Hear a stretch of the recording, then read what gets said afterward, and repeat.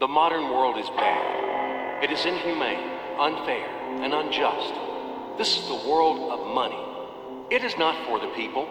It is for those who produce money, for bankers and financiers. And ordinary people just serve them as attendants. They sweep their palaces. What lies behind the social welfare?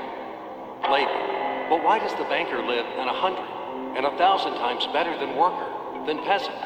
Why does wildcatter live better? All of them. Do they work harder? It's nonsense. It's ridiculous to say. They do not even produce anything. No material values. But why? Don't you know? Moreover, perhaps you wonder with all sincerity now, reading all of this.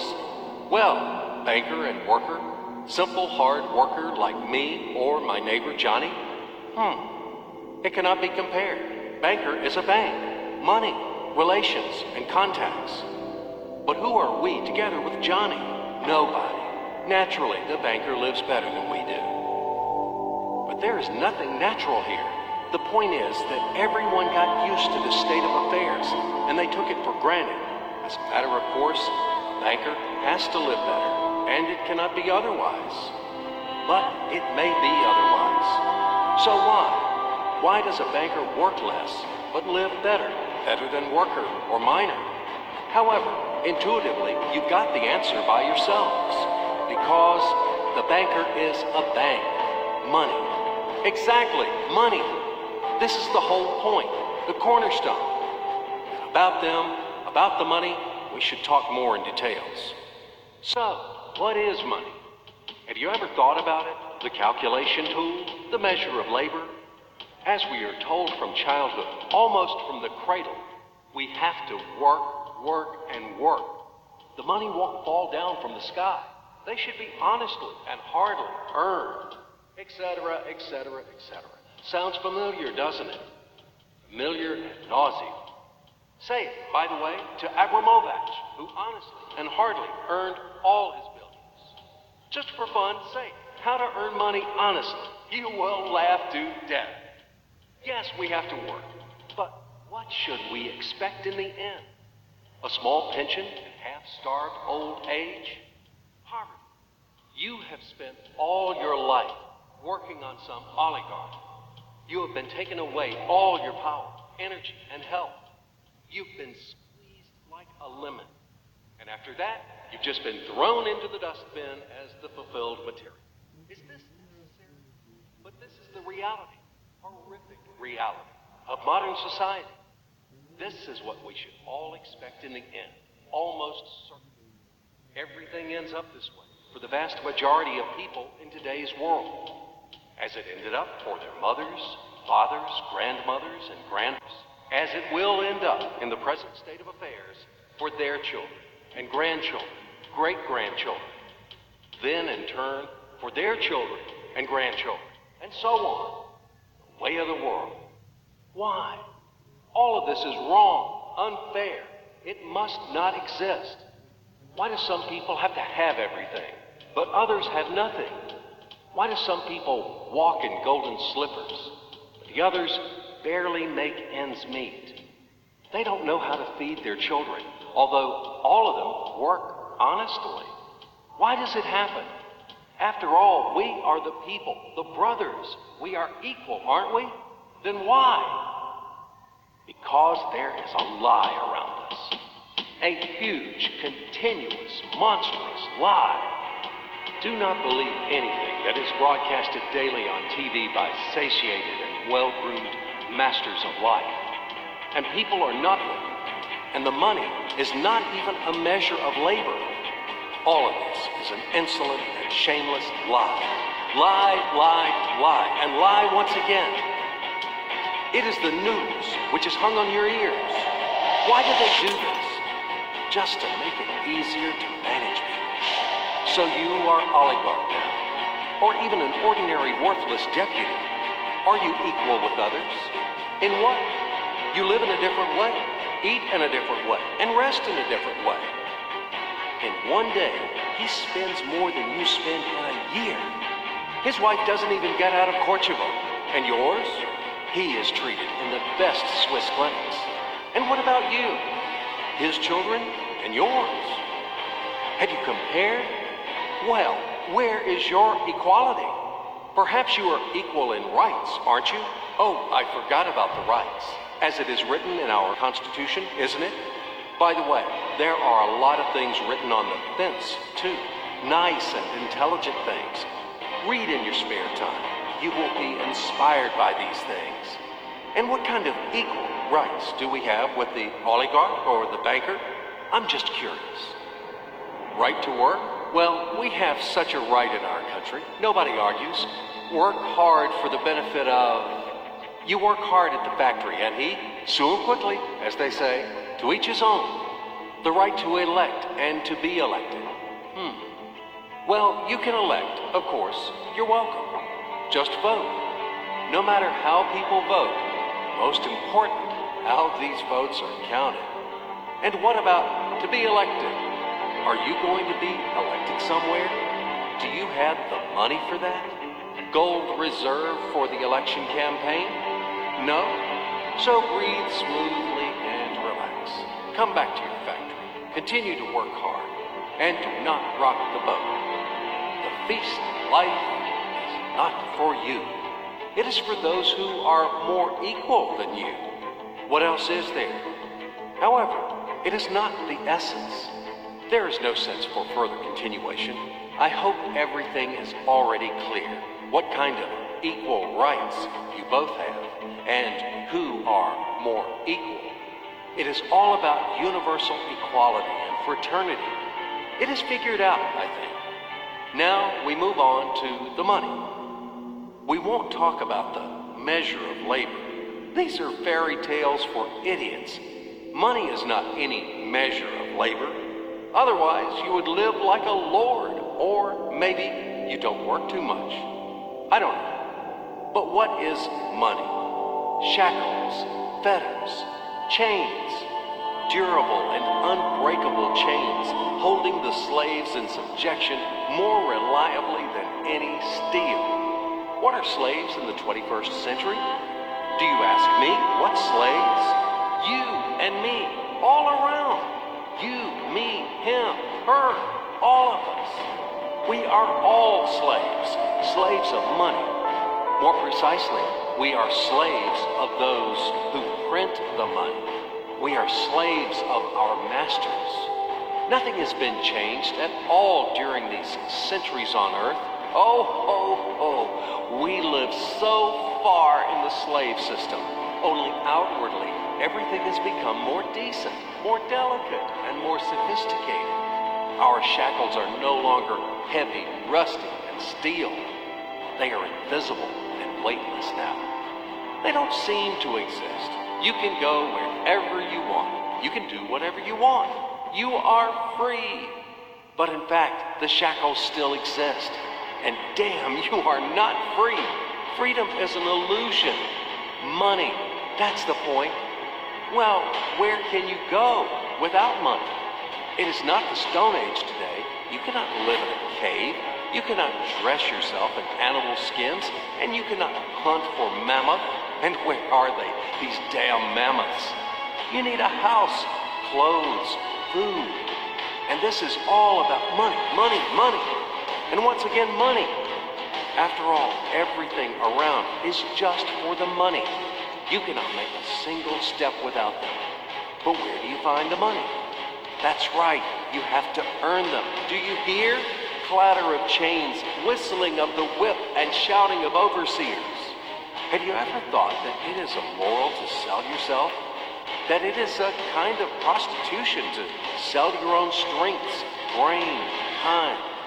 What is the difference from selling of your own body? Yes, but will you object that people have to work? If everybody stopped doing their jobs, what's going to happen then?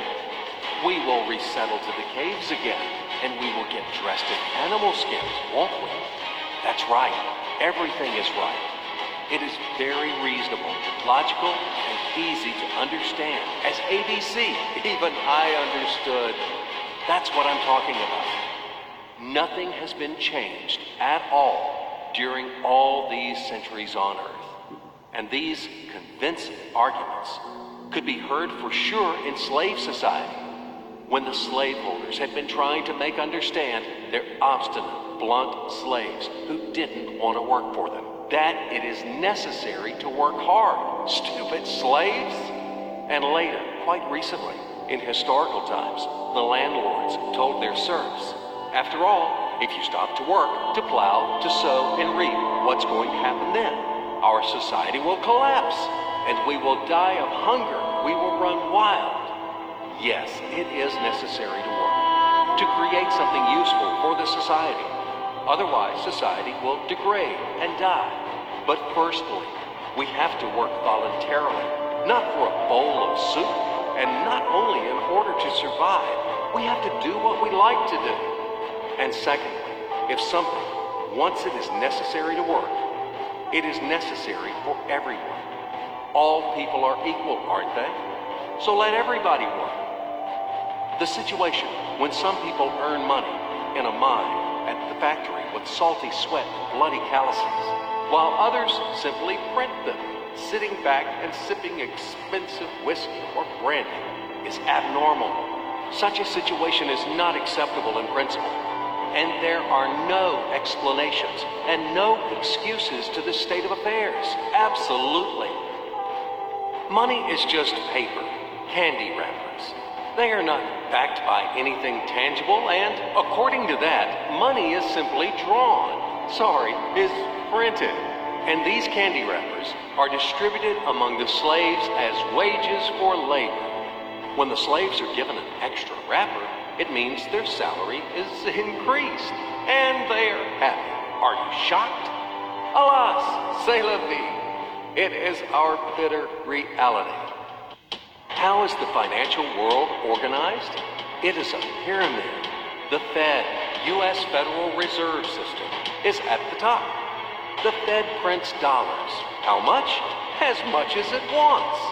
Of course, Fed adheres to some of its own internal rules and regulations. It tries, for example, not to print too many dollars to prevent complete devaluation of the currency, etc., etc.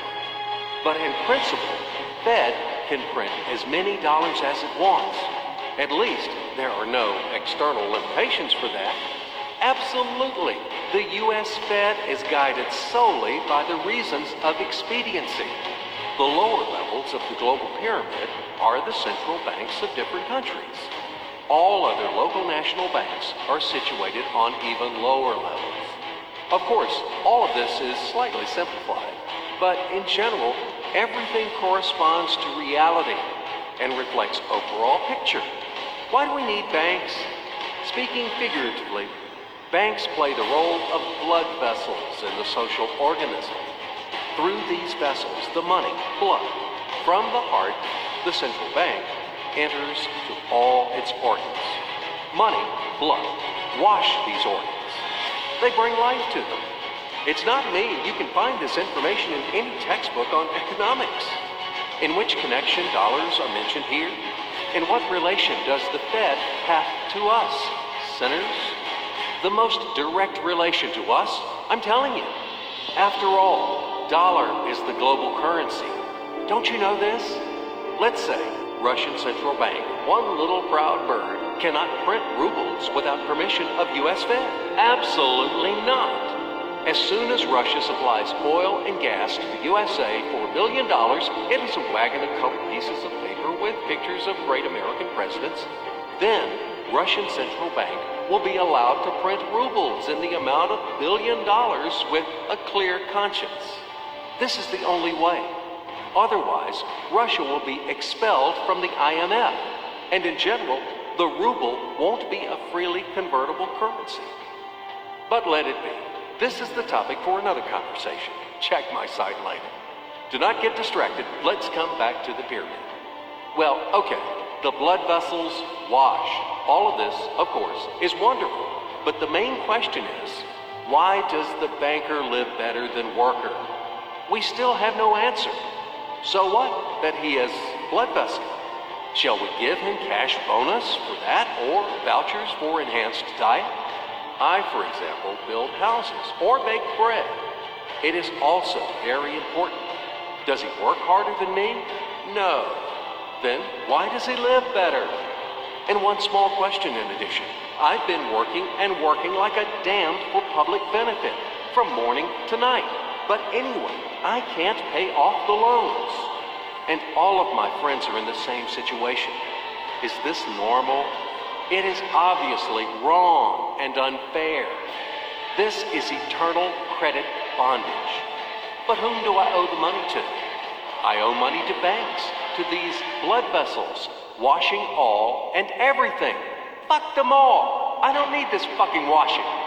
In short, they make fools of us. That's all. As usual, bankers take advantage of the fact that we, simple hard workers, don't have time to figure out all these tricky schemes. We have to feed our families. That's why they take advantage of this situation and ride on our backs, bastards. So don't tell me about blood vessels. We know these vessels. Just give me the gun, and Easy, stay calm. And let's figure this out together, okay? Calmly and slowly. But I warn you that I have to strain your brains. It's not easy to unravel in a couple of minutes those things which have been tangled during the centuries by the best sophisticated minds of mankind. But we will try. At least we will show something visually, something from the life of modern banks. We will demonstrate everything on the live example, so to speak. You'll enjoy. So imagine the following quite unusual situation, and watch my hands. Let it be a Nick and Jane, and let it be a Mr. Smith, a banker of Nick and Jane. They both keep their money in his bank. That's why we use the title Mr. Smith, with respect. Nick really wants to buy, well, let's say Jane's bicycle, but he has no money. More precisely, he has money, but not enough, only $10, while Jane wants $100 for her precious bicycle. That's a problem. What should Nick do? Well, this bicycle is so desirable. He gives Jane his $10 as a deposit and asks plaintively not to sell the bike to anyone. He says that he will bring the rest of the money soon. At the same time, he runs to his bank, to the respected Mr. Smith, to get a loan for the missing $90. As ill luck, Mr. Smith has no money at this moment, but he knows perfectly about $10, which Nick gave to Jane. And where will Jane bring his money to? That's right. She will put these $10 in her lovely bank to the same Mr. Smith. Therefore, Mr. Smith asks Nick to come back tomorrow in the hope that tomorrow he will get these $10. And everything happens this way. The next day, Jane brings $10 to the bank. The bank provides Nick these $10 on credit. Nick immediately gives them to Jane. She again puts them in a bank. The bank again provides Nick these $10 on credit, etc. As long as Nick the fool will gather enough money for the bicycle. Don't you get confused yet? Be patient, I told you. These demons have been trying to confuse you during 1,000 years. These damn economists and financiers. But anyway, we will figure everything out. So what do we have in the end? Nick finally got the bike from Jane. Wow! But at the same time, Nick owes $90 to the bank, Mr. Smith. And the bank, in its turn, owes $100 to Jane.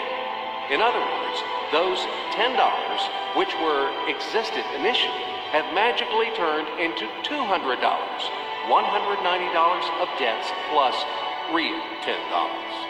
But these $10 would also turn into $1,000, even in $1 million or $1 billion, if Nick would make a more expensive purchase. In this case, our $10 would make the increasing number of its cycles, circuits from hands to hands. That's it. So, what happens in today's world? SOS! It appears that banks also make money out of thin air and multiply them. Not only Fed can produce money, but banks either. In short, everybody can do this, except you and me. We are not in the business at this celebration of life. I would like to print or draw some money as well. In fact, these banks multiply money without any control. And we're still wondering why the banker lives better. What are naive fools are we? Now it is clear why. The one who produces the money, of course, lives better. But this is not enough. From this moment, poor Nick will never be able to